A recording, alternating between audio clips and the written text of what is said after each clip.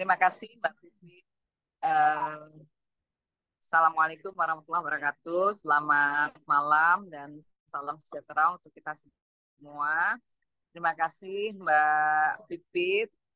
Beliau ini juga tenaga ahli Komisi 9 yang luar biasa, sangat helpful, dan luar biasa responnya sangat cepat ya terhadap isu-isu kesehatan, termasuk juga permohonan audiensi dari berbagai kelompok, baik organisasi profesi maupun kelompok masyarakat, komunitas, dalam rangka meningkatkan pengetahuan, kemudian juga kinerja serta jejaring Komisi 9 dengan berbagai stakeholder ya dalam rangka perbaikan kebijakan, termasuk juga dalam rangka percepatan pembangunan ketahanan kesehatan nasional kita. Terima kasih sekali lagi Mbak Pipit. Dan tentu saja saya juga ingin mengucapkan terima kasih kepada komunitas pasien skizofrenia Indonesia yang hari ini mempercayakan aspirasinya kepada Komisi 9 untuk sama-sama kita dengarkan ya Mbak Pipit pada sore hari ini. Nampak saya baca dari ya, Pak Bagus Tomo dan Pak Kiki, juga Ibu Bapak yang mohon maaf saya tidak dapat menyebutkan satu persatu, namun tentu saja saya mengajak kita semua bersyukur hanya kehadirat Allah SWT, Tuhan yang Maha Kuasa, yang memberikan nikmat sehat ya Ibu Bapak pada kita semua. Ya, Bu, terima Mudah-mudahan kasih. nikmat sehat ini dapat kita optimalkan untuk terus menebar kebaikan, memberi manfaat yang luas bagi masyarakat dimanapun kita berada. Yang berikutnya, saya juga sangat antusias ya begitu mendapatkan informasi dari Mbak Pipit bahwa KSP beraudiensi ke Komisi 9.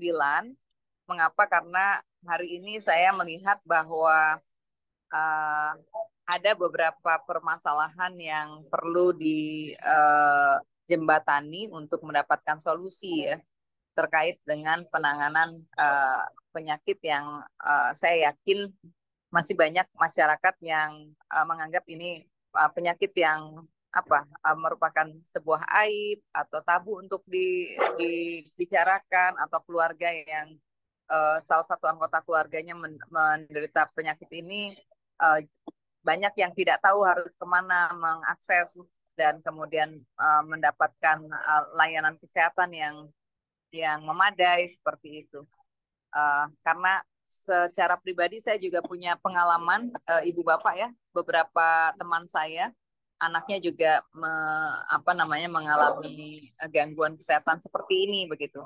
Sehingga ketika Mbak Pipit menyampaikan, uh, saya langsung mengiyakan ya, hanya persoalan waktu saja yang perlu diatur agar kita betul-betul bisa berdialog. Nah, mungkin sebagai pengantar, uh, saya pikir saya cukupkan karena yang terpenting adalah saya mendengar apa yang menjadi catatan dan juga aspirasi dari Ibu dan Bapak KPSI yang mudah-mudahan bisa kita teruskan, bisa kita suarakan, bisa kita amplifikasi ke ruang rapat Komisi 9 menjadi sebuah kebijakan yang terus akan mendukung ya pemenuhan hak dan layanan kesehatan bagi komunitas dan juga komunitas pasien dan juga keluarga pasien ya yang menderita skizofrenia. Itu saja mungkin pengantar dari saya. Sekali lagi terima kasih. Bila taufiq wal hidayah. Assalamualaikum warahmatullahi wabarakatuh. Waalaikumsalam. Ibu terima kasih untuk pembukanya, supaya kita bisa bersegera ya masuk ke dalam inti permasalahan dan inti acara kita pada malam hari ini. Saya persilakan dari KPSI, mungkin dari Pak Bagus atau Pak Kiki yang akan menyampaikan mewakili dari KPSI. Dipersilakan. Baik, baik Mbak, saya akan share dulu ya. Uh, jadi terima kasih sebelumnya atas kesediaan Ibu Neti untuk mendengar aspirasi kami di komunitas peduli skizofrenia. Kami adalah eh, salah satu komunitas pasien gangguan jiwa berat skizofrenia dan keluarganya yang lumayan besar jejaringnya saat ini, yaitu kami kurang lebih hampir 90.000 anggota di seluruh Indonesia. Jadi kami mendapatkan banyak sekali masukan, kemudian keluhan dari masyarakat yang ingin kami sampaikan saat ini agar bisa aspirasinya disampaikan kepada pihak yang terkait gitu. Jadi saat ini kami ingin menyampaikan bahwa ada berbagai masalah akses terhadap pengobatan yang masih kami hadapi hingga tahun 2024 ini, khususnya ketersediaan layanan kesehatan jiwa di pelosok daerah yang masih sulit dijangkau oleh keluarga dan pasien. Apalagi sebagian besar orang dengan gangguan jiwa skizofrenia ini tidak merasa dirinya sakit sehingga sulit sekali untuk diajak ke layanan kesehatan gitu. Dan kemudian apabila kita mau mengambil obat pun kita saat ini masih terus terkendala dengan adanya kebijakan pasiennya ini harus pakai fingerprint gitu. Sehingga kadang ketika kita mau bujuk pasien ini untuk berobat dan tidak berhasil, kita jadi sulit sekali untuk mendapatkan obat. Padahal untuk obat skizofrenia ini sifatnya harus kita minum setiap hari. Apabila bolong-bolong minum obatnya atau putus, dia akan kambuh lagi gitu.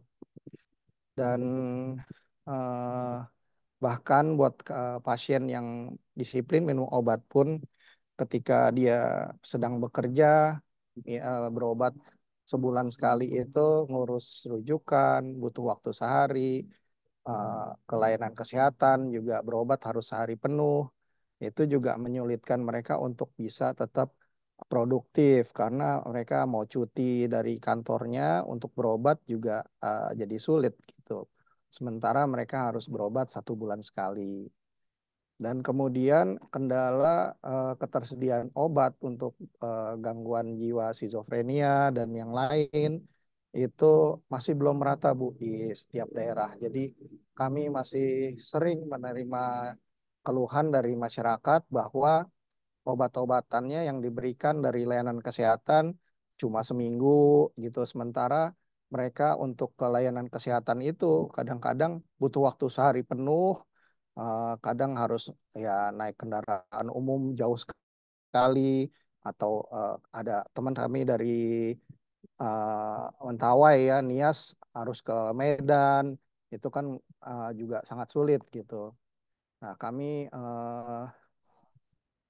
ingin agar masalah ketersediaan obat ini menjadi perhatian yang sangat besar dari pemerintah agar keluarga kami ini bisa terus berobat dan tetap stabil, jangan sampai kambuh lagi gitu. Karena pasien skizofrenia ya bervariasi kondisinya.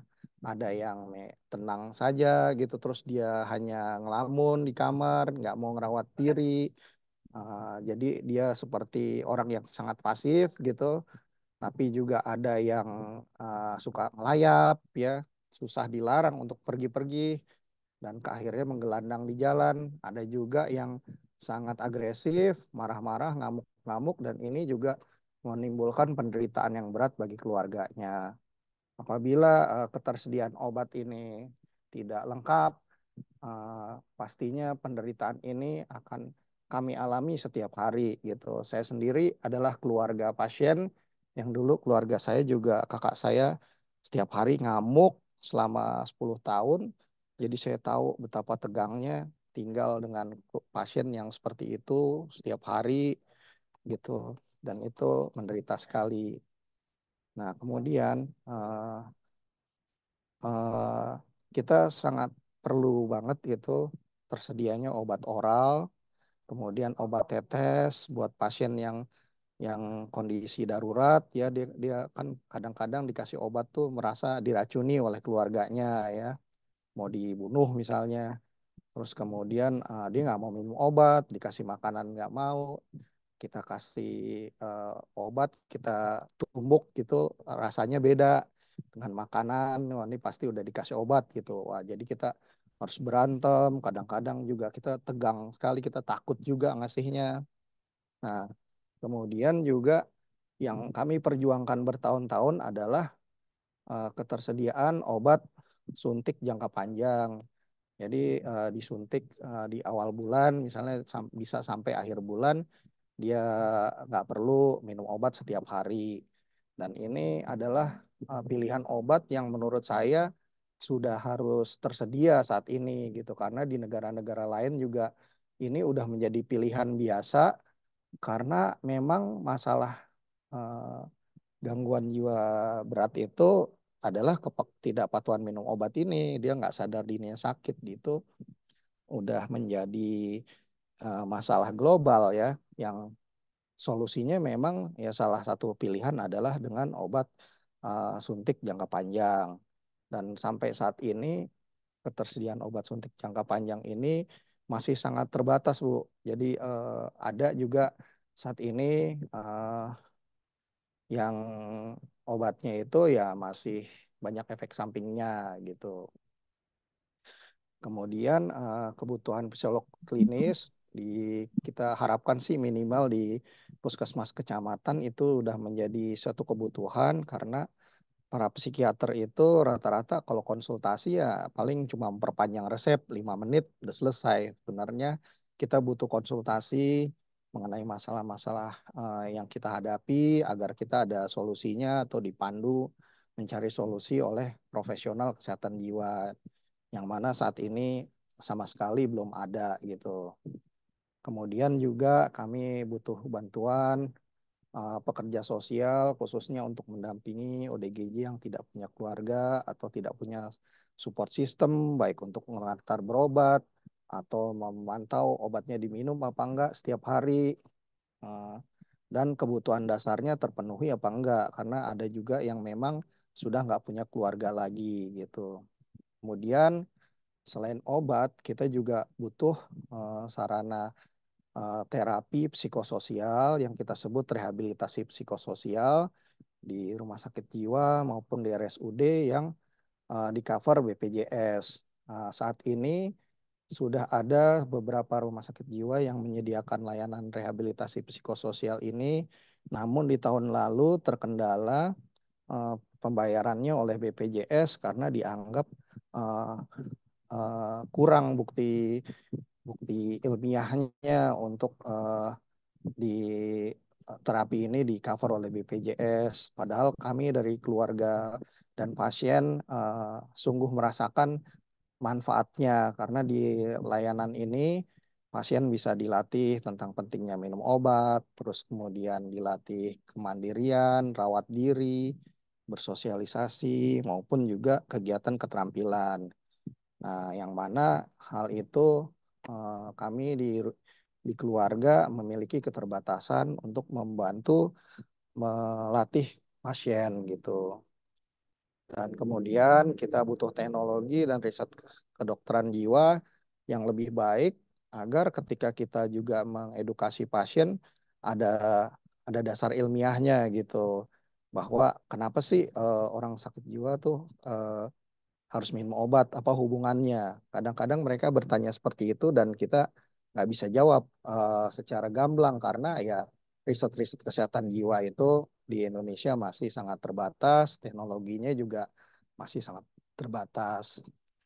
Nah, terkait dengan obat suntik jangka panjang saat ini terus terang yang tersedia adalah obat yang sangat eh, terbatas. Jadi ya mungkin yang saya tahu ada dua ya, seperti oxycodone yang berkandungannya itu flufenazin dan haloperidol dekanoat, itu kandungannya ya haloperidol. Nah, obat seperti ini masih banyak efek sampingnya juga, Bu. Jadi kalau haloperidol itu orang badannya jadi kaku, kadang jadi ngences, atau matanya kebalik dan kejang, dan itu efek samping itu sendiri menimbulkan trauma bagi pasien sehingga setelah dia mengalami itu dia jadi nggak mau lagi minum obat, dan itu benar-benar menimbulkan penderitaan baik bagi yang mengalami maupun bagi kami keluarganya gitu, sehingga masa depan pasien ini juga dapat hancur karena banyak yang akhirnya nggak bisa lanjut sekolah, lanjut bekerja dan lain-lain, akhirnya jadi beban keluarga. Nah, kami udah memperjuangkan salah satu obat suntik bulanan yang menurut saya lebih baik karena kandungan obatnya adalah termasuk dari obat yang generasi terbaru, yaitu Invega Sustena. Kandungannya adalah paliperidone palmitat, berupa injeksi 1 bulan. Dan ini kami bernegosiasi dengan eh, juga pihak farmasi, kita kita sosialisasikan agar harganya itu bisa ditekan gitu. Kalau dulu mungkin yang saya tahu obat itu harganya sekitar 2,5 juta sekali suntik untuk 1 bulan, tapi kini eh, teman-teman dari farmasi eh, akhirnya bisa memberikan harga yang menurut kami sangat terjangkau, yaitu sekitar 990.000 rupiah untuk 1 bulan. Dan saya kira ini murah sekali dibanding juga misalnya obat-obatan oral yang setara dengan itu. Saya kira harganya bisa lebih gitu. Dan kesulitan pada pasien yang tilikan dirinya masih buruk, yang merasa tidak sakit, mereka sulit banget diyakinkan untuk minum obat dan akhirnya sering kambuh. Nah, kalau udah kambuh ini kan juga akan menjadi beban BPJS karena biaya rawat inap itu juga cukup mahal gitu. Sehingga menurut kami eh, obat obat ini sangat layak untuk di dibantu gitu untuk coverage-nya melalui BPJS agar segera bisa dirasakan manfaatnya oleh pasien dan keluarga. Nah, obat suntik jangka panjang seperti paliperidon ini juga sangat minim efek sampingnya ya. Eh, Juga mendukung produktivitas karena dia mampu menangani eh, gejala negatif pada pasien skizofrenia, yang gejala negatif ini membuat dia seperti orang yang sangat malas gitu, Bu. Jadi disuruh apa-apa nggak mau, dia hanya tiduran, makan, tidur lagi gitu.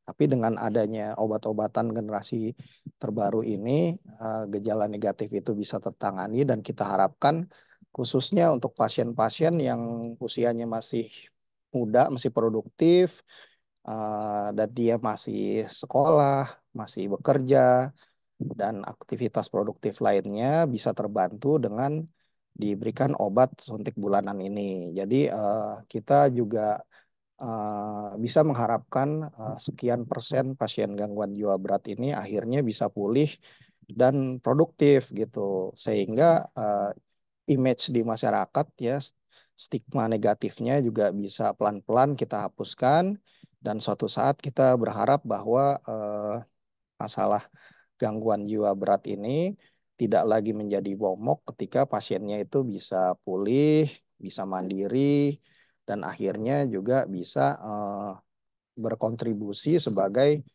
warga negara yang produktif gitu. Namun yang kami lihat saat ini ada laporan dari teman-teman adanya kendala dalam dalam pembayaran oleh BPJS karena eh, dianggap bahwa obat ini tidak termasuk obat untuk penyakit kronis gitu. Eh, karena hanya disuntik sekali sebulan. Sementara kalau untuk penyakit kronis, misalnya kayak diabetes, itu suntiknya tiap hari. Kalau misalnya suntik insulin gitu kan. Nah, hal seperti itu konsep kronisnya dari petugas BPJS dengan kronisnya untuk masalah kesehatan jiwa itu jadi ada perbedaan. Padahal ya kita tahu bahwa penyakit seperti skizofrenia ini adalah kondisi yang terus dibawa sepanjang hidup si pasien, yaitu dia kronis dan kalau putus obat ya akan kambuh gitu.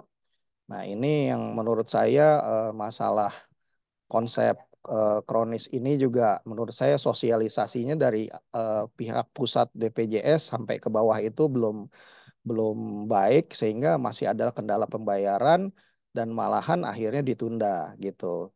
Nah, kita berharap sebenarnya dengan adanya penjaminan terhadap obat ini, sebagian besar pasien yang tadinya sulit untuk disuruh minum obat, kemudian yang dipasung, itu akhirnya bisa kita atasi. Sehingga masalah kesehatan jiwa ini yang sudah bertahun-tahun kita perjuangkan ini, yang masih berkutat pada permasalahan kepatuhan minum obat, itu dapat kita selesaikan sekian persen. Nah, sehingga kegiatan advokasinya bisa beralih kepada masalah pendidikan, pemberdayaan, penyediaan lapangan kerja, eh, sehingga pasien ini juga akhirnya bisa mandiri gitu. Kalau sekarang ini setiap tahun, setiap hari saya menjawab pertanyaan keluarga yang kesulitan. Setiap hari pagi harus berdebat dengan pasien untuk nyuruh minum obat, malam berdebat lagi sampai sampai berantem gitu. Dan itu menurut saya sedih banget sih setiap hari. Dan saya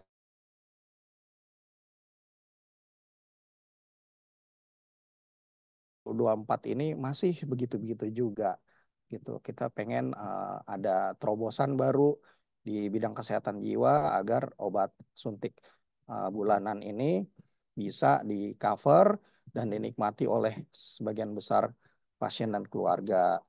Dan kita perlu tahu juga bahwa kemajuan teknologi saat ini, obat-obat suntik jangka panjang ini di negara-negara maju sudah tidak 1 bulan lagi, bahkan udah ada yang per 3 bulan dan kemungkinan nanti setahun sekali disuntiknya, sehingga masalah kesehatan jiwa yang serius seperti skizofrenia ini akan bisa teratasi lebih baik di negara-negara maju gitu, di negara tetangga bahkan yang 3 bulan juga udah di cover, misal di Singapura atau di Malaysia, tapi di Indonesia sampai saat ini masih terkendala gitu Bu.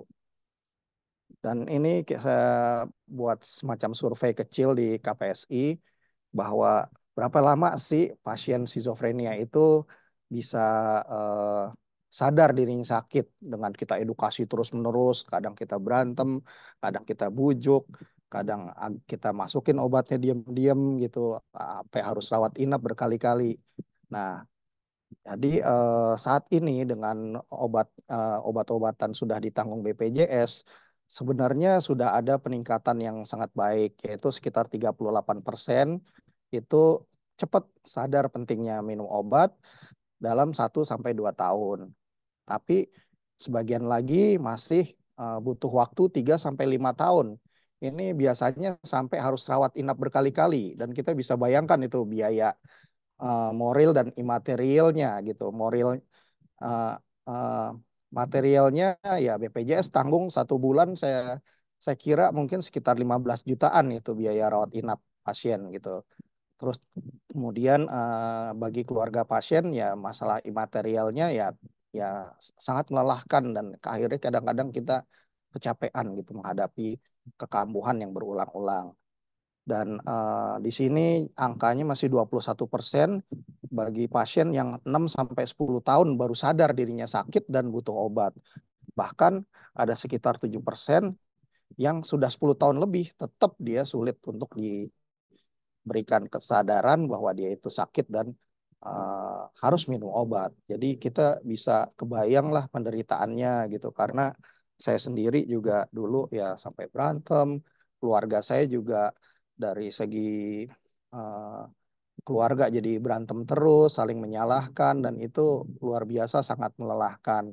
Belum lagi kita akhirnya kepikir untuk berobat ke pengobatan alternatif yang akhirnya malah menguras sumber daya ekonomi kita, membuang waktu dan umur kita untuk hal yang sia-sia dan akhirnya pasiennya nggak sembuh malah tambah parah gitu. Nah, kemudian kami juga membutuhkan dukungan psikososial khususnya. Kita butuh kegiatan promotif preventif dari layanan kesehatan untuk mengedukasi masyarakat luas terhadap penghapusan stigma bahwa ODGJ ini juga sama seperti kita semua gitu, manusia yang lainnya. Mereka bermartabat dan harus diperlakukan seperti kita semua gitu, seperti diri kita sendiri juga. Terus pemberantasan pemasungan ini juga menurut saya juga akan sangat terbantu apabila obat suntik bulanan ini bisa ditanggung dan bisa dimanfaatkan oleh pasien dan keluarga. Karena melepaskan pasien pasung itu mungkin berapa menit bisa, tapi setelah itu keluarga yang deg-degan nih. Dia ngamuk lagi apa enggak gitu kan. Tapi dengan adanya obat suntik ini, perlahan-lahan kita bisa meyakinkan keluarga bahwa dia tuh bisa lebih stabil, bisa lebih membaik, dan akhirnya dia bisa diterima lagi oleh keluarganya dan lingkungannya gitu. Kadang kita juga minggu lalu saya ketemu keluarga pasien yang mana Pak RT dan lingkungannya itu mengusir si pasien ini gitu. Sementara keluarganya orang nggak mampu juga. Mau dikirim kemana nih Mas Bagus nih? Ada panti yang murah nggak? Nah, saya bilang, wah sulit Pak. Seharusnya sih nggak kayak gitu. Apalagi di Jakarta ini harusnya dengan pengobatan rutin udah bisa lebih baik dan aparat setempat harusnya udah lebih melek masalah kesehatan jiwa. Tapi ya kejadian seperti ini masih terus terjadi karena pasiennya ini terus terang memang agak agresif secara fisik, jadi dia merusak rumah tetangganya, ditimpukin dan sebagainya. Akhirnya terjadi konflik di lingkungan tersebut dan akhirnya terjadi pengusiran seperti itu. Kemudian kita juga pengen layanan kesehatan maupun sosial bersama-sama mengatasi masalah ODGJ yang menggelandang eh, sehingga image eh, bahwa ODGJ itu harus berakhir seperti itu, harus berubah gitu. Mereka kan seperti itu karena support sistemnya udah menyerah, kecapean nih kita keluarga, akhirnya ditelantarkan atau dibuang. Tapi dengan adanya pengobatan yang lengkap gitu, pilihannya juga banyak, kita harapkan di masa depan ya, kalau bisa sih kita putus mata rantai keterlantaran seperti ini. Dan juga kami berharap ada panti binalaras di setiap provinsi, kabupaten atau kota di bawah naungan dinas sosial maupun juga rehabilitasi berbasis masyarakat yang dibimbing oleh dinas sosial agar ODGJ yang memang keluarganya sudah tidak ada atau tidak mampu bisa mendapatkan naungan yang baik sebagai anak negara. Nah, kemudian juga ini saya ingin gambarkan bahwa sekarang ini dengan pengobatan BPJS yang udah mengcover sebagian besar obat-obat oral, eh, jumlah pasien skizofrenia yang bekerja itu meningkat nih sekitar 47%, yang stabil tapi belum bekerja itu udah 43%, yang masih sekolah 8%, dan yang memang sudah tidak mampu bekerja ya jumlahnya kecil. Dan ini kita harapkan angkanya akan terus berubah dengan pilihan obat yang lebih banyak dan lebih bagus gitu. Jadi kita harap yang bekerja itu mungkin sekitar 60%, yang belum bekerja ya 10-20%, yang masih sekolah ya sekitar 20%, 30%, 20% lah gitu, sehingga yang sama sekali menjadi beban dari keluarga atau negara itu jumlahnya ya jangan sampai lebih dari 2% ini gitu. Nah, masalah pemenuhan kuota disabilitas juga harus menjadi upaya yang integral dengan pengobatan karena kami keluarga pertanyaannya setelah dia berobat ini kegiatannya apa? Itu selalu selalu saya dengar itu dari tahun ke tahun. Dan ini kami belum bisa menjawab karena masalah pemenuhan kuota disabilitas ini masih belum belum ada dorongan yang kuat gitu dari pemerintah juga. Terus skema cuti disabilitas bagi mereka yang harus konsultasi setiap bulan agar cutinya nggak kepotong atau dia mau ngaku bahwa saya ngapain sih kamu cuti tiap bulan berobat mulu sakit apa sih, mau ngaku skizofrenia dia juga malu dan takut gitu. Kemudian juga kita perlu akomodasi yang layak di perkantoran dan layanan umum agar ODGJ bisa nyaman bekerja dan beraktivitas, serta bantuan modal bagi mereka yang nggak bisa bekerja formal, dan keringanan pajak buat pengusaha yang mau merekrut ODGJ. Selain itu, kita juga butuh layanan psikolog atau pekerja sosial untuk mendampingi ODGJ yang sedang bekerja agar para pemberi kerja merasa aman, mendapat dukungan psikologis dan sosial dari petugas dari pemerintah gitu.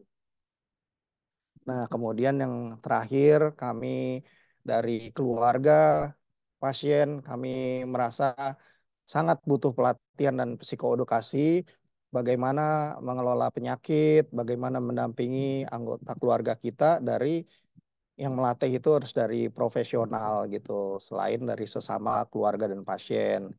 Kemudian bagi keluarga yang nganterin ODGJ untuk berobat, kita harapkan juga ada dispensasi cuti karena mereka juga sulit juga gitu untuk cuti sama seperti tadi ODGJ-nya karena harus setiap bulan nganterin gitu. Kemudian adanya kunjungan rumah untuk ODGJ yang susah diajak ke layanan kesehatan dan kemudian mungkin juga bisa diberikan tadi suntikan jangka panjang pada saat kunjungan rumah itu sehingga dia mendapat pengobatan yang baik dan juga ambulans gawat darurat untuk mengatasi kondisi kekambuhan pasien gangguan jiwa yang sampai saat ini eh, belum belum ada lah, belum banyak yang menyediakan layanan ini dari rumah sakit jiwa maupun rumah sakit umum.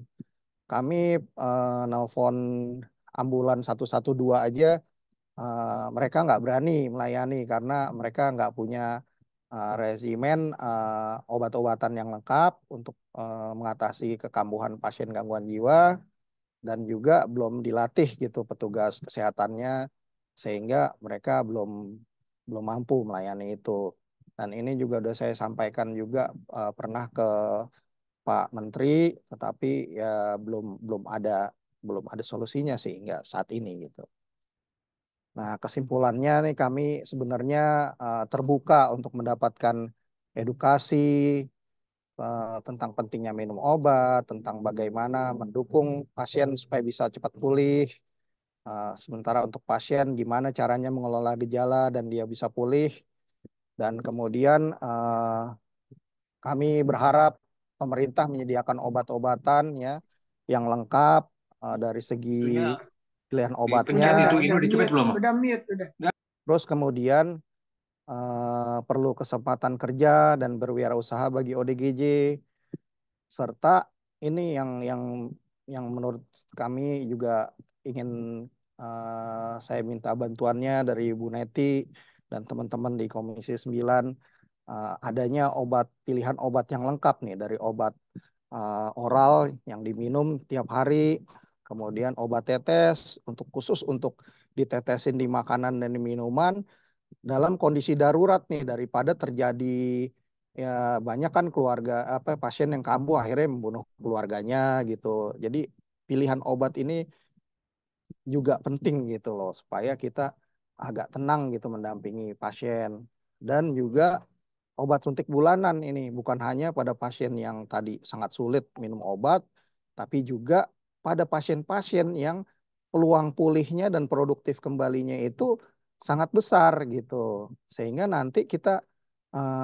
bisa melakukan penelitian lebih lanjut bagaimana nih dengan implementasi obat ini akhirnya kita bisa mengatasi masalah kesehatan jiwa ini lebih baik, pasiennya lebih produktif, lebih mandiri, dan akhirnya eh, nggak banyak lah mereka yang akhirnya menjadi beban dari keluarga gitu. Jadi kami ingin mengajak gitu semua jajaran layanan kesehatan, layanan sosial agar menatap masa depan penanganan kesehatan jiwa itu dengan lebih baik gitu, dengan bantuan teknologi yang lebih canggih juga gitu. Sehingga kita bisa ngurusin aspek-aspek lainnya, misalnya aspek sosial, aspek pendidikan, dan lain-lain. Dan akhirnya bersama-sama kita bisa menciptakan gitu, mewujudkan Indonesia yang lebih sehat jiwa gitu Bu. Uh, Kami berharap negara dapat hadir meringankan beban bagi kami ini keluarga yang sedang menderita, anak keluarganya mengalami gangguan jiwa, dan demikian juga dengan teman-teman pasien gangguan jiwa yang juga sedang bergumul dengan kondisi dirinya yang mengalami gejala-gejala kejiwaan yang berat gitu. Mungkin itu yang bisa saya sampaikan saat ini. Terima kasih. Wassalamualaikum warahmatullahi wabarakatuh. Nanti biar teman-teman yang lain juga apabila ingin memberikan testimoni, hmm, memiliki kesempatan untuk menyampaikannya. Terima kasih, Bu.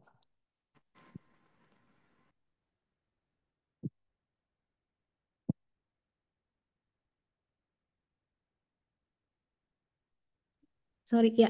Terima kasih Pak Bagus. Mungkin sebelum ditanggapi oleh Ibu Neti, ada masukan sedikit dari anggota KPSI yang mau menyampaikan. Mungkin sedikit saja, sebentar saja. Ya, baik. Terima kasih yang saya hormati Bu Neti dan Ibu Fitriani. Perkenalkan, nama saya Kiki. Saya orang dengan skizofrenia juga. Ya, puji Tuhan kondisi saya saat ini sudah bisa pulih dan saat ini saya bersama Pak Bagus duduk dalam kepengurusan di komunitas peduli skizofrenia Indonesia. Mengenai sedikit saya memberikan testimoni. Jadi saya didiagnosa skizofrenia pertama kali pada tahun 2008. Jadi sudah 16 tahun saya minum obat dan perjalanan pemulihan saya juga tidak mulus. Begitu Bu Neti, kalau kurvanya itu tidak linier tapi naik turun. Dengan pernah juga saya eh, merasa sudah sembuh, lalu tidak minum obat lagi, lalu akhirnya kambuh. Lalu tapi mengenai melalui bergabung dengan KPSI ini, akhirnya saya dan keluarga bisa memahami mengenai gangguan skizofrenia ini dan pentingnya minum obat. Walaupun terus juga sudah minum obat, mungkin obatnya juga nggak cocok, diagnosa yang diberikan dokter juga mungkin belum tepat, kambuh lagi gitu sekali lagi sampai saya harus dirawat inap dan perawatan inapnya cukup lama dan itu belum ditanggung BPJS. Pada saat itu kami sekeluarga belum mendaftar BPJS, cukup lama jadi 54 hari saya dirawat di rumah sakit swasta. Nah, puji Tuhan ada dukungan sosial dari alumni teman-teman dari SD, SMP, SMA sampai saya kuliah, mereka semua mendukung saya dan keluarga dalam biaya pengobatan. Yang saya mau sampaikan mengenai obat suntik, jadi yang sudah Pak Bagus sebutkan tadi ada namanya haloperidol dekanoat. Itu obat yang pertama kali diberikan kepada saya. Dokter pertama saya menyuntikkan obat itu, di samping juga obat oral yang saya minum. Obat oralnya juga haloperidol juga, dan trihexyphenidyl dan CPZ. Jadi memang itu saat itu obat yang paling terjangkau oleh keluarga kami karena pada saat itu kami juga belum mengakses layanan BPJS, belum menjadi anggota BPJS. Nah, yang saya mau sampaikan obat suntik yang saya dapatkan tadi, haloperidol dekanoat itu saya disuntik seminggu sekali selama 2 tahun. Dan yang terjadi saya waktu itu saya nggak ngerti gitu di penyakit apa gitu. Kok saya disuntik minum obat, tapi kok katanya minum obat bisa pulih, bisa sembuh. Ini malah saya semakin terpuruk. Jadi saya hanya bisa tidur makan selama 2 tahun itu. Padahal saya orang yang sedang berkegiatan. Intinya adalah kalau pada saat itu ada pilihan jenis obat suntik yang lain yang bisa eh, mempersingkat waktu pemulihan saya yang terbuang dari 2 tahun itu akan sangat-sangat terbantu. dan inovasi yang saat ini dari farmasi, dari obat-obatan yang disampaikan oleh Pak Bagus, Invega Sustena itu saya rasa jangan sampai, menurut saya, jangan sampai kasus saya ini disuntik obat haloperidol dekanoat itu digunakan lagi kepada teman-teman, apalagi dengan dosis kayak saya seminggu sekali, itu sangat-sangat membuat menderita gitu. Bahkan saya saat itu hampir putus asa ingin mengakhiri hidup. Nah, saya berharap apa yang kami perjuangkan di sini bersama-sama, salah satunya adalah inovasi obat Invega Sustena ini bisa diakses oleh teman-teman, terutama di sini juga saya mendampingi juga teman-teman sesama orang dengan skizofrenia, mengedukasi mereka juga untuk pentingnya minum obat. Tapi masih banyak juga keluarga juga yang mengeluh, mereka memang sulit menerima kondisinya dan minum obatnya susah. Jadi menurut saya eh, obat suntik terbaru ini jika bisa diberikan oleh dokter itu sangat-sangat eh, bisa mengubah hidup dan nasib teman-teman. Mungkin itu saja yang saya ingin sampaikan. Terima kasih Bu Neti dan Bu Fitriana dan Pak Bagus. Terima kasih. Ya, terima kasih Pak Kiki untuk testimoninya. Mungkin satu lagi sebelum ke Bu Neti ya. Tidak ada, mungkin dipersilakan Ibu Neti. Izin. Oh iya, oke Ibu Sita ya. Baik, terima kasih Ibu Fitriana. Assalamualaikum Ibu Neti dan rekan-rekan KPSI semuanya. Perkenalkan saya dengan Sita, tinggal di daerah Depok. Kondisi keluarga saya memiliki adik dengan skizofrenia, Bu Neti gitu ya. Yang saya ingin keluhkan terkait dengan pelayanan kesehatan yang diberikan oleh BPJS Kesehatan adalah sulitnya sekali saat ini ya berobat dengan BPJS itu menggunakan fingerprint gitu ya. Nah, untuk orang dengan gangguan jiwa ini terkadang mereka berobat itu mood gitu ya. Terkadang memang tidak bisa dipaksakan harus datang ke rumah sakit seperti itu, Bu. Jadi memang menunggu moodnya itu kan sulit sekali kadang gitu ya. Terus kedua, saya juga memiliki ayah di rumah yang kondisi kesehatannya komplikasi. Tidak bisa beraktivitas, hanya bisa tidur di dalam kamar gitu ya Bu ya, di tempat tidur gitu ya. Sedangkan kalau harus ke rumah sakit dengan kondisi dibopong gitu ya, itu memang bagi keluarga cukup menyulitkan gitu ya Bu. Bayangkan bagi mungkin yang keluarga dengan menengah ke atas memiliki mobil pribadi. Bayangkan kalau dengan keluarga yang menengah ke bawah mereka tidak punya akses transportasi untuk membawa pasien ini ke rumah sakit. Dengan adanya fingerprint itu memang cukup menyulitkan bagi kami, Bu, gitu ya. Mungkin ada solusi yang bisa solutif bagi keluarga pasien yang seperti ini, itu Bu. Seperti itu dari saya. Terima kasih Bu Fitriana dan Bu Neti, semoga bisa menjadi masukan ya untuk tim Komisi 9 di DPR. Terima kasih, selamat malam. Baik, terima kasih. Baik, Izin, oke, baik, Fitriana. Pak Dias ya. Silakan Pak. Izin. Terima kasih Bu Neti. Saya Dias. Kebetulan saya keluarga penderita skizofrenia juga, Bu Neti. Kebetulan paman saya sekarang tinggal di daerah Cililin, Bu Neti, di Jawa Barat. Pasti Bu Neti tahu daerah situ ya Bu ya. Jadi kebetulan karena paman saya ini sebagai salah satu pasien yang menderita skizofrenia, saya tahu betul bagaimana dampaknya kepada keluarga, bukan hanya keluarga inti Bu Neti, tapi kepada keluarga besar, begitu. Nah, salah satunya contoh kasus yang terjadi sejauh ini memang kami tahu bahwa untuk kelangsungan pengobatan itu menjadi penting sekali nih untuk orang-orang dengan skizofrenia.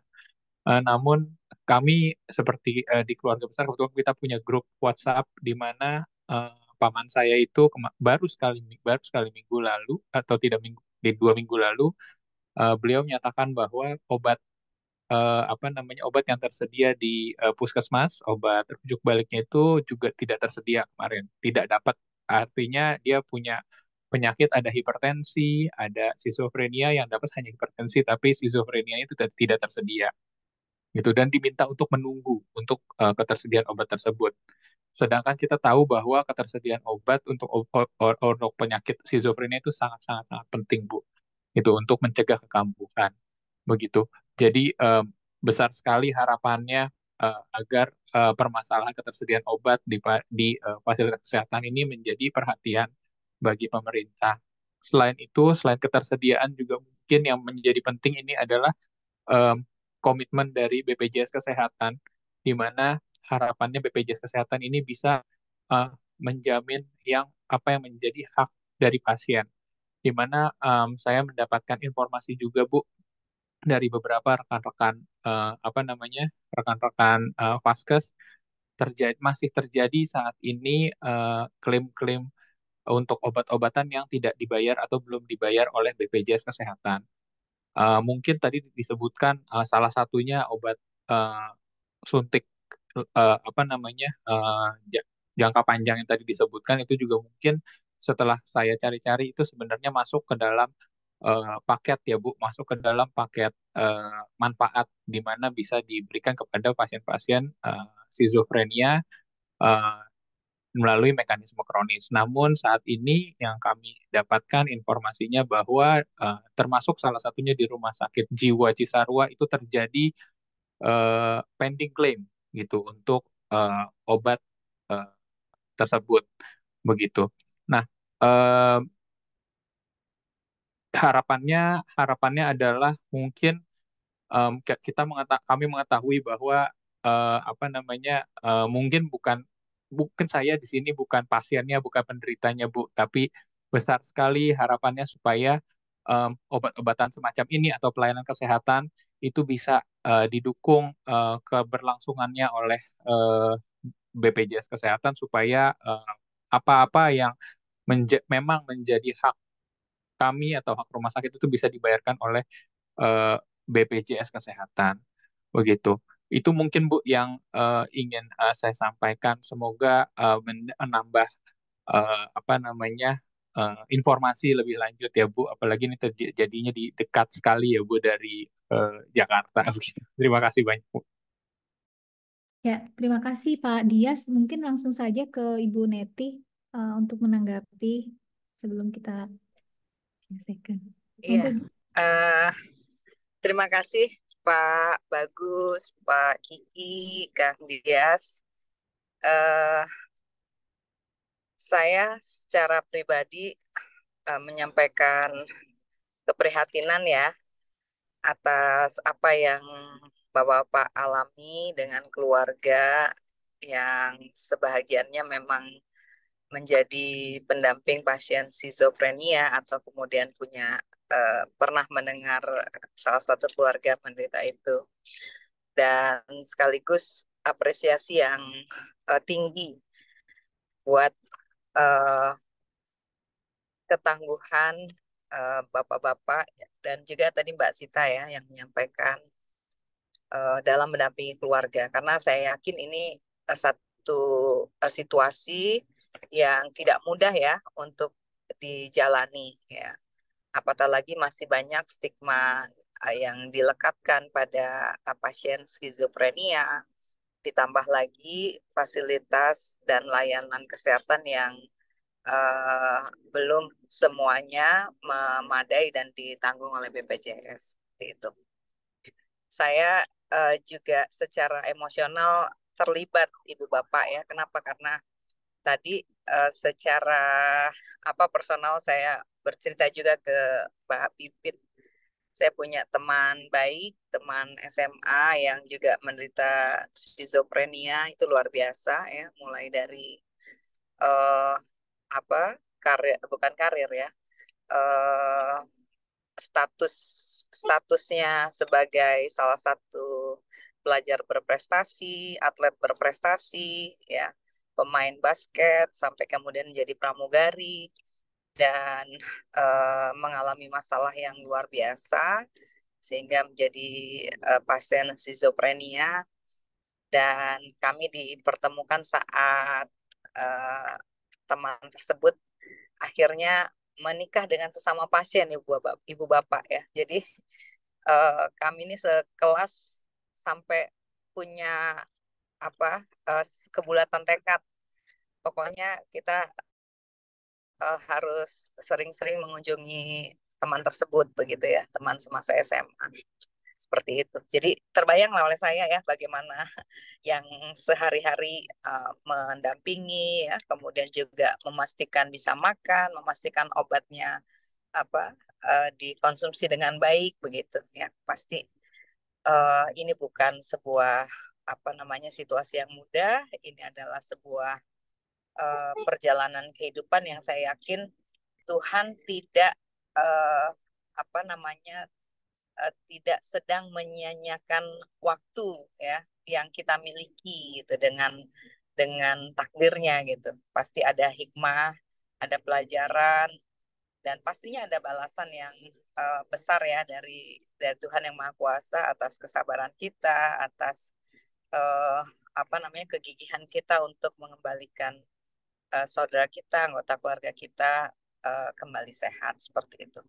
Nah, oleh karena itu saya sebagai wakil ibu dan bapak ya, karena bagaimanapun sebagai orang yang terpilih oleh rakyat yang saya wakili khususnya ya di Dapil Jabar 8 di Cirebon dan Indramayu, tentu menjadi kewajiban saya untuk menyuarakan apa yang menjadi permasalahan sekaligus harapan ya yang tadi disampaikan oleh Pak Bagus dalam presentasinya dan juga ditambahkan oleh Pak Kiki dan Kang Dia serta Mbak Sita ya.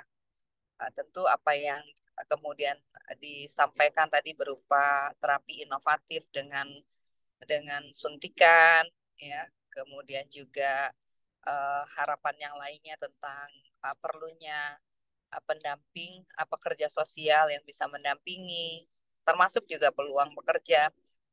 Ini tentu menjadi catatan kami. Meskipun tidak semuanya bisa kita teruskan di Komisi 9 karena sebahagiannya memang menjadi ranah atau wilayah teman-teman di komisi lain seperti itu. Jadi sekali lagi saya berterima kasih atas pelajaran yang sangat berharga ya dari pertemuan kita secara daring pada malam hari ini. Hal-hal yang penting tadi juga saya mintakan melalui Mbak Pipit dan juga ada Mbak Iva di sini ya, untuk dijadikan catatan dalam rapat kerja bersama Menteri Kesehatan dan jajarannya, dan juga rapat dengar pendapat dengan Direksi BPJS Kesehatan seperti itu. Sekali lagi terima kasih Ibu dan Bapak ya atas informasi yang disampaikan. Ya, semoga Allah SWT, Tuhan yang Maha Kuasa, memberikan kekuatan ya kepada kita semua, khususnya Ibu dan Bapak dalam mendampingi keluarga. Wabil khusus Kang Dias ini, warga Cililin ya, pamannya. Ya. Betul, Ibu. Ya. Terbayang oleh saya ya, kalau Cililin aja susah untuk mendapatkan atau mengakses obat untuk paman ya, apalagi yang di tempat-tempat jauh ya, seperti di Indonesia Timur dan seterusnya, yang pernah juga dikeluhkan, disampaikan oleh Pak Menteri, bahwa banyak fasilitas kesehatan kita yang tidak memiliki obat-obatan psikotropika yang memang dibutuhkan ya untuk pasien skizofrenia dan seterusnya seperti itu. Itu mungkin Ibu dan Bapak, saya senang sekali bisa bertemu walaupun secara daring. Mudah-mudahan di kesempatan yang lain kita bisa bertemu ya secara langsung, bertatap muka, dan Ibu Bapak bisa datang langsung ke Komisi 9 begitu jika waktunya memungkinkan, sehingga bisa lebih leluasa ya untuk bertemu dengan anggota yang lain ya, karena saya yakin persoalan ini tentu bukan hanya menjadi concern saya ya, teman-teman yang lain dari fraksi yang lain juga pasti memiliki concern yang sama atas nama kemanusiaan, atas nama upaya hadirkan SDM yang sehat sebagaimana amanat konstitusi ini tentu menjadi concern semua pihak ya, khususnya teman-teman di Komisi 9 seperti itu.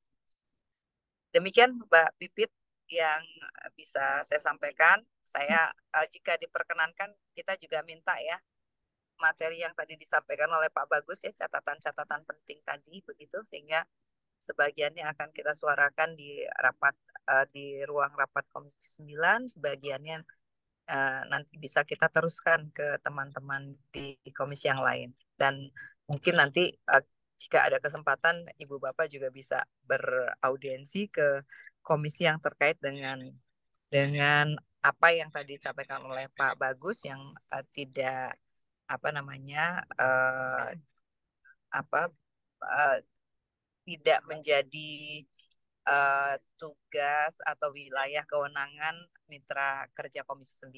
Ya, seperti misalnya Kementerian Sosial begitu ya. Nah, itu kan ada di Komisi 8 seperti itu. Ya, oke. Baik, terima kasih Bu. Sudah cukup Ibu statementnya. Ya, Ya, saya speechless Mbak Pipit ya. Kenapa? ya, Karena terbayang ya gitu. Kalau kemudian definisi kronis saja berbeda ya perspektifnya antara penyakit salah satunya diabetes misalnya dengan skizofrenia gitu. Padahal tentu saja kalau kita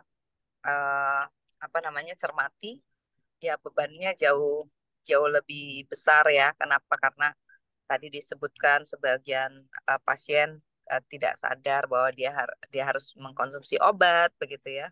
Berbeda dengan jenis-jenis penyakit yang lain yang justru pasiennya eager gitu untuk minum obat karena ingin sembuh gitu ya. Nah, tentunya hal seperti ini kan harus diluruskan begitu sehingga tidak menjadi kendala bagi pasien untuk mengakses haknya yang dilindungi undang-undang seperti itu. ya. Oke, terima kasih Ibu Neti untuk responnya. Kami sudah catat juga Ibu Neti, saya dan juga ada Mbak Iva di sini sudah mencatat dan nanti mungkin kalau diperbolehkan ya Pak Bagus kami menerima atau mendapatkan Baik, Mbak. PPT. Ya, ya. Ya. Jadi memang ini agak menarik gitu ya, karena permasalahan perbedaan definisi mengakibatkan akses pasien terhadap obat dalam hal ini jadi menjadi terhalang begitu ya. Bu Neti. Ini sangat menarik, ini hal yang baru di Komisi 9. Biasanya Iya, iya. masalah yang lain kalau ini kok definisi gitu. Jadi Iya. mungkin ini nanti akan kami catat Bu, siap untuk amanatnya. Nanti kami akan follow up juga. Mungkin itu dari KPSI Iya. sebelum closing Ibu. Terima kasih juga tadi koreksinya Pak Iman. Obat psikotik, maaf. Iya. Apa namanya, slip of the tongue tadi. Terima kasih. Ya, ini biasanya Ibu Neti dan beberapa Bapak Ibu anggota yang saya ketahui gitu ya, yang punya interest besar terhadap permasalahan yang terjadi yang sangat real di masyarakat tuh biasanya kalau nanti ada rapat dengan Kementerian Kesehatan dengan BPJS itu pasti beliau-beliau ini vokal gitu. Jadi kadang nanti pasti malah beliau yang nanya gitu bahannya apa gitu ini gitu. Jadi Bapak Ibu jangan khawatir nanti pasti khususnya Ibu Neti akan menyampaikan interest atau permasalahan ini ke pemerintah atau stakeholder yang terkait. Mungkin itu sebelum menutup dari KPSI mungkin ada closing statement. Ya dari kami ingin mengucapkan terima kasih aja yang sebesar-besarnya pada Ibu Neti dan tim ahli ya Mbak Fitriana dan Mbak Iva. Semoga aspirasi kami ini bisa tersampaikan dan dapat solusinya. Terima kasih atas waktunya Bu. Semoga sehat selalu dimanapun berada. Assalamualaikum warahmatullahi wabarakatuh. Waalaikumsalam warahmatullahi wabarakatuh. Ya, terima kasih. Jika masih ada yang ingin disampaikan secara tertulis, nanti bisa ya lewat Mbak Pipit ya, Pak Bagus, Pak Kiki. Iya Bu.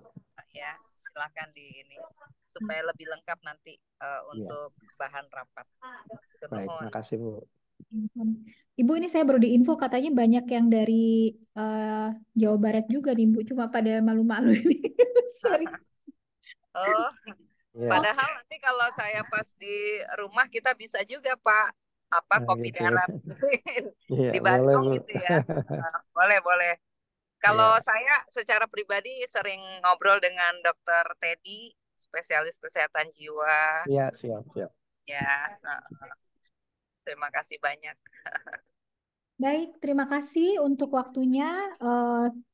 Terima kasih juga untuk Bu Neti yang tentunya akan melanjutkan aktivitasnya ya Bu. Ini hampir Ya, masih padat sekali. Terbayang Ibu. Semoga Ibu sehat, Ibu lancar semua aktivitasnya sampai nanti di 2 minggu lagi ya Bu ya. ya. Pertemuan sebelumnya ya. Salam hormat dari kami, salam doa juga dari kami. Kami juga menyampaikan kepada KPSI untuk KPSI juga tetap sehat, tetap berjuang dan kami akan tetap di sini akan mensupport sejauh dengan role kami gitu ya, yang apa yang kami mampu dan kami bisa begitu. Terima kasih, selamat malam. Selamat malam. Ya, Selamat malam. Sehat selalu Pak Ya, Bagus, Pak Terima sama-sama kasih Bu, banyak. sehat Dias, selalu kita dan sekeluarga. teman-teman KPSI. Terima kasih. Mudah-mudahan bisa bertemu nanti ya dalam waktu Ya, dekat. amin Bu. Amin. Terima kasih. Salam juga dari Pak Aher. Iya, terima kasih. diundang ke rumahnya Ibu ini yang dari Bandung semua. Ya, mohon doanya mudah-mudahan kita semua sehat ya. Amin Bu. Kayak Amin. Ibu. Amin ya rabbal alamin. Terima kasih. Assalamualaikum warahmatullahi Ya, wabarakatuh. Waalaikumsalam warahmatullahi. ya, terima kasih. Oh iya. Silahkan. Oh iya, salam dari Kang Aher. Mohon doanya. Kang Aher juga sedang berjuang di Dapil Jabar 2, Kabupaten Oh, Siap. Bandung Barat. oh, Pak Aher di Dapil 2 ya, Bu? Iya, Sukses juga untuk Bapak ya, Bu. ya, amin. Ya. Mangga Ibu Bapak, pamit Ya, ya. iya Bu. Mangga. Terima kasih. Silahkan, monggo live. Ya.